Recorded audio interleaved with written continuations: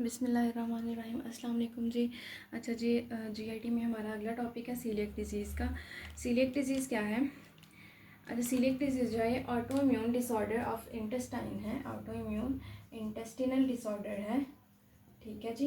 जिसमें क्या होता है, हमारे पास मेल एब्जॉर्प्शन हो रही होती है और बाउल हैबिट्स में चेंजेस आ रही होती हैं, ठीक है। सीलिएक डिजीज़ जो है ये मोर कॉमन इन फीमेल है और ये अर्ली लाइफ में प्रेजेंट कर जाती है।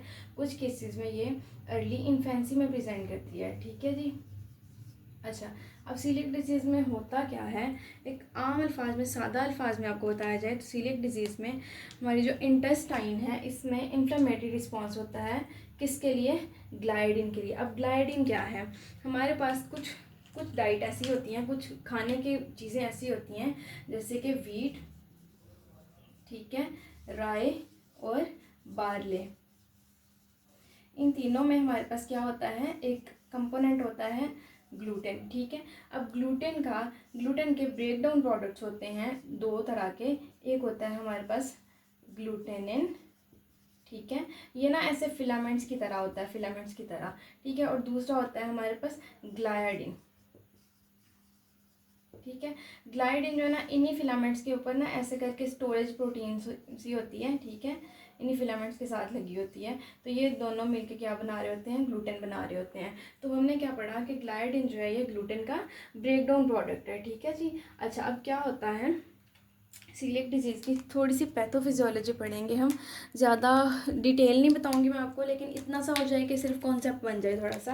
अब क्या होता है, हमारे पास जेनेटिकली प्री डिस्पोज पेशेंट जिनमें HLA DQ2 और DQ8 होता है एंटीजन प्रेजेंटिंग सेल्स पे, सॉरी DQ4 एंड DQ8, ठीक है। एंटीजन प्रेजेंटिंग सेल्स के ऊपर उनका HLA DQ4 और DQ8 होता है। ऐसे इंडिविजुअल्स में जब वो वीट, राई या बार्ले वाली खुराक लेते हैं तो उनकी खुराक में से जो ग्लूटेन है उसका जो ब्रेक डाउन प्रोडक्ट ग्लाइडिन आता है हमारे पास। अब वो ग्लाइडिन कहाँ से कहाँ तक जाता है और किस तरह से इन्फ्लेमेटरी रिस्पॉन्स होता है ये देखेंगे। अच्छा जी, ग्लाइडिन आ गया, ये हमारे पास ना इंटेस्टाइन का ल्यूमेन है। ये हमारे पास, ये मैंने इंटेरोसाइट्स बनाए हैं, ठीक है। और ये हमारे पास इंटेरोसाइट के नीचे लैमिना प्रोप्रिया है स्मॉल इंटेस्टाइन की, ठीक है, लैमिना प्रोप्रिया। अब क्या इस लैमिना प्रोप्रिया में ऐसा क्या हो रहा है कि जिसकी वजह से इन्फ्लेमेटरी रिस्पॉन्स हो जाता है? सबसे पहले तो ये कि जो सीलिएक डिजीज़ के प्री डिस्पोज पेशेंट्स होते हैं, ऐसे पेशेंट्स में हमारे पास इंटेस्टाइन की वॉल में लिम्फोसाइट्स की इन्फिल्ट्रेशन होती है। लिम्फोसाइट्स स्पेसिफिकली टी लिम्फोसाइट्स की इन्फिल्ट्रेशन होती है, ठीक है। ये मैंने ब्लैक वाले जो ना ये लिम्फोसाइट्स बनाए हैं, तो इनकी वॉल में टी लिम्फोसाइट्स की क्या होती है, इन्फिल्ट्रेशन होती है। अब हमारे पास क्या होता है, ठीक है जी, इस तरह से मैं एक को थोड़ा वाजे कर देती हूँ ताकि पैथोफिजियोलॉजी में इसको हम यूज़ कर सकें। अच्छा जी, क्या होता है, पेशेंट ने ग्लूटेन लिया, ग्लूटेन का ब्रेकडाउन प्रोडक्ट ग्लाइडिन आ गया। अब ग्लाइडिन ने या ग्लियाडिन ने यहाँ से एंटेरोसाइट ने ग्लियाडिन को अब्जॉर्ब करना है, ठीक है। और जब ये अब्जॉर्ब करेगा तो इसको ना एंटेरोसाइट ना एक एंजाइम रिलीज़ करते हैं, टिश्यू ट्रांसग्लूटामाइनेज, ठीक है, टिश्यू ट्रांसग्लूटामाइनेज TTG, ठीक है। अब इस टिश्यू ट्रांसग्लूटामाइनेज एंजाइम ने ग्लियाडिन को कन्वर्ट करना है डी अमाइडेटेड ग्लियाडिन में, डी अमाइडेटेड ग्लियाडिन, ठीक है, डी अमाइडेटेड ग्लियाडिन, ये मैंने डी ग्लियाडिन से शो किया है। अब जब हमारे पास प्री डिस्पोज इंडिविजुअल में डी अमाइडेटेड ग्लियाडिन बन जाता है तो उस इंडिविजुअल में कुछ एंटीजन प्रेजेंटिंग सेल्स आते हैं, ठीक है, एंटीजन प्रेजेंटिंग सेल्स आते हैं जिनके ऊपर होता है HLA DQ4 एंड DQ8, ठीक है, HLA DQ4 एंड DQ8 होता है। अब ये सेल्स जो हैं इस डी ग्लियाडिन को उठाते हैं, डी अमाइडेटेड ग्लियाडिन को उठाते हैं और इनको प्रेजेंट कर देते हैं टी सेल्स को। टी सेल्स जो हैं वो फर्दर डिवाइड होते हैं, या तो CD8 टी सेल्स बनते हैं, ठीक है, या फिर CD4 टी सेल्स बनते हैं। और जो CD4 टी सेल्स हैं वो इस डी ग्लियाडिन को उठाते हैं और ये इसको प्रेजेंट कर देते हैं आगे बी सेल्स को, ठीक है, बी सेल्स को करते हैं एक्टिवेट। बी सेल्स आगे कन्वर्ट होते हैं प्लाज्मा सेल्स में और वो प्लाज्मा सेल्स जो हैं, हमें पता है प्लाज्मा सेल्स का काम है एंटीबॉडीज़ बनाना। तो इन प्लाज्मा सेल्स ने 3 तरह की एंटीबॉडीज़ बनानी है सीलिएक डिजीज़ के पेशेंट में। अब एंटीबॉडीज़ कौन कौन सी बनाएंगे, सबसे पहले आ जाती है एंटी टिश्यू ट्रांसग्लूटामाइनेज एंटीबॉडी, सबसे पहले उन्होंने इसको पकड़ा, इस एंजाइम को, ठीक है, इसके खिलाफ एंटीबॉडी बना दी। उसके बाद एंटी डी ग्लियाडिन एंटीबॉडी आ जाती है, ठीक है। उसके बाद उन्होंने इसको पकड़ा, इसके खिलाफ एंटीबॉडी बना दी, ठीक है। तीसरे नंबर पे जो एंटीबॉडी बनाते हैं वो आती है हमारे पास एंटी एंडोमिसियल एंटीबॉडी, ठीक है, एंटी एंडोमिसियल एंटीबॉडी। ये 3 तरह की एंटीबॉडीज़ बनती हैं, ठीक है जी। सॉरी, अच्छा जी, दोबारा से इसकी पैथोफिजियोलॉजी मैं रिवाइज़ करूँगी। यूट्यूब पे ना और जगह जगह पे बहुत सारी ना डिटेल्ड वीडियोस दी हुई हैं, इंटरल्यूकिन 15 से आगे जो है ना वो जोनियोलिन्स और इस तरह ब्ला ब्ला बहुत कुछ बताया हुआ उन्होंने। तो इतना डिटेल में जाने की ज़रूरत नहीं है, सिर्फ इतना सा याद रखना है कि जेनेटिकली प्रीडिस्पोज पेशेंट्स ने ग्लूटेन वाली डाइट ली, ग्लूटेन का ब्रेकडाउन प्रोडक्ट ग्लियाडिन बना, ग्लियाडिन जो है वो इंटेरोसाइट्स ने इसको पिक किया, इसको पिक करने के बाद उन्होंने टिश्यू ट्रांसग्लूटामाइनेज इंजाइम रिलीज़ किया। इस इंजाइम ने ग्लियाडिन को कन्वर्ट कर दिया डी ग्लियाडिन में, डीएमाइडेटेड ग्लियाडिन में, ठीक है। इस डीएमाइडेटेड ग्लियाडिन को एंटीजन प्रेजेंटिंग सेल्स ने पिक कर लिया। कौन से एंटीजन प्रेजेंटिंग सेल्स? जिनके ऊपर HLA, DQ8 और DQ4 लगी हुई है, ठीक है। अब इन सेल्स ने इसको पिक किया ग्लियाडिन को, डीएमाइडेटेड ग्लियाडिन को पिक करके प्रेजेंट कर दिया नेव टी सेल्स, ठीक है, यानी कि अनडिफरेंशिएटेड टी सेल्स हैं। अब इन टी सेल्स ने आगे फर्दर CD8 और CD4 टी सेल्स में कन्वर्ट होना है, ठीक है। और फिर CD4 टी सेल्स ने एक्टिवेट करना है बी सेल्स को, बी सेल्स ने प्लाज्मा सेल्स में कन्वर्ट होना है, प्लाज्मा सेल्स ने आगे एंटीबॉडीज़ बना देनी है, और ये फिर एंटीबॉडी मीडिएटेड इन्फ्लेमेटरी रिस्पॉन्स आता है इंटेस्टाइन में, ठीक है। और इस इन्फ्लेमेटरी रिस्पॉन्स की वजह से हमारे पास क्या क्या आता है वो हम देखते हैं। एंटीबॉडीज़ बनती कौन कौन सी हैं? Anti tissue transglutaminase antibody, anti deamidated gliadin antibody and anti endomysial antibody, ठीक है। 3 तरह की एंटीबॉडीज़ बनती हैं।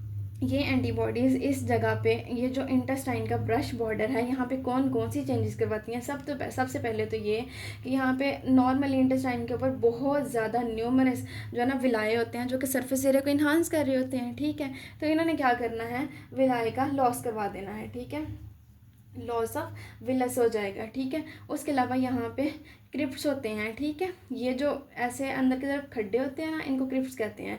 तो क्रिप्ट्स का हाइपरप्लेजिया हो जाएगा, हाइपरप्लेजिया, ठीक है जी।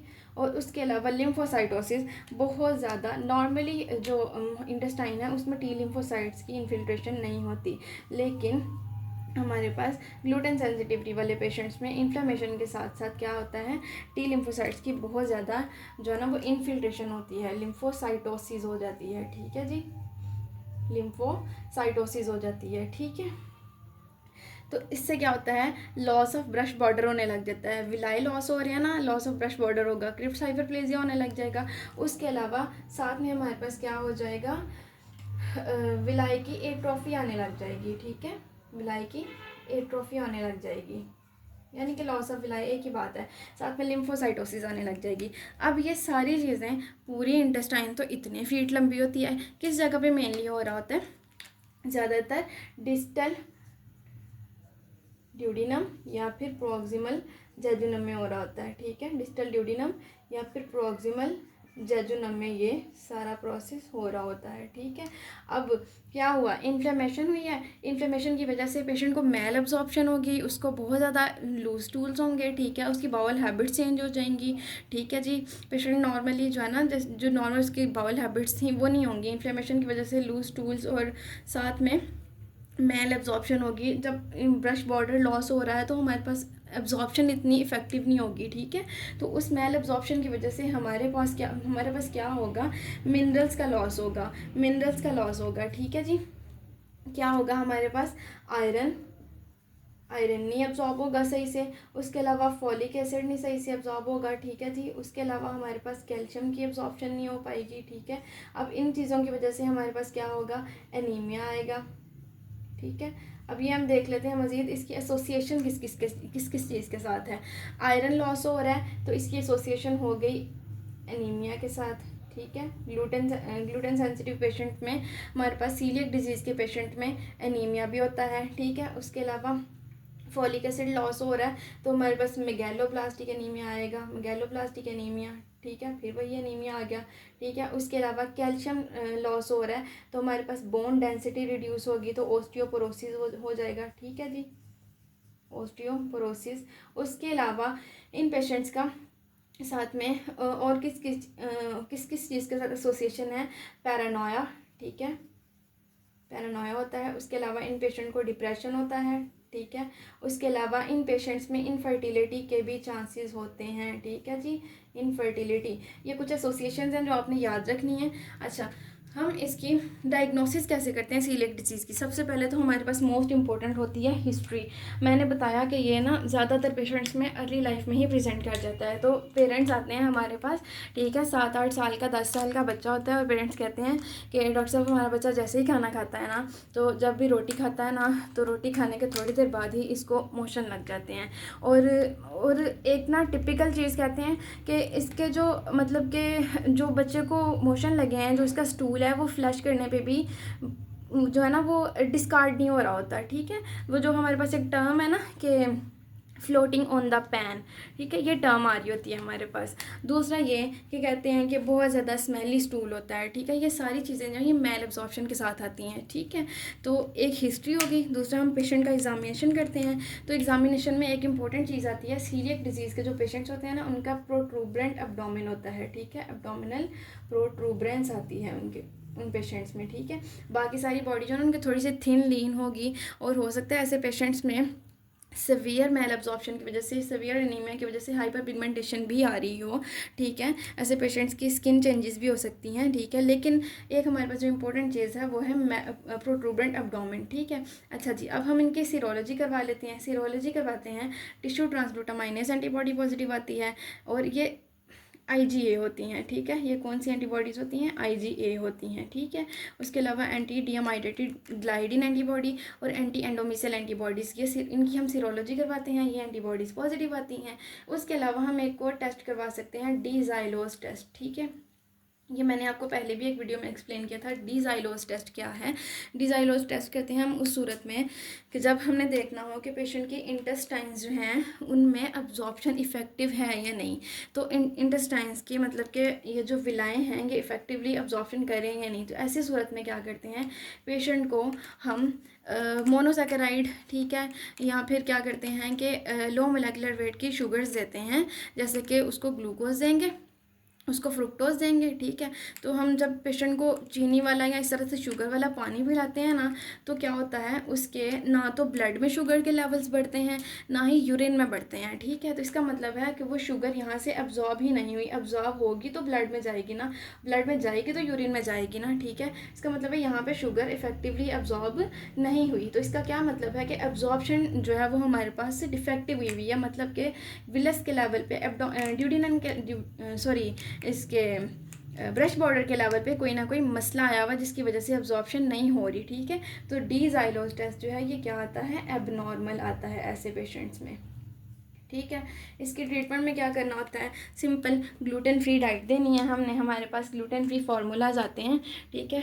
ऐसे जो है ना वो आटे बाज़ार में आ चुके हैं ग्लूटेन फ्री, जो हम पेशेंट्स को एडवाइस करते हैं कि उनमें ना व्हीट, राई और बार्ली का आटा नहीं शामिल होता, तो वो खाया करें। जैसे कि हम मकई का आटा भी पेशेंट को कहते हैं कि मकई के आटे की रोटी खाया करें, ठीक है।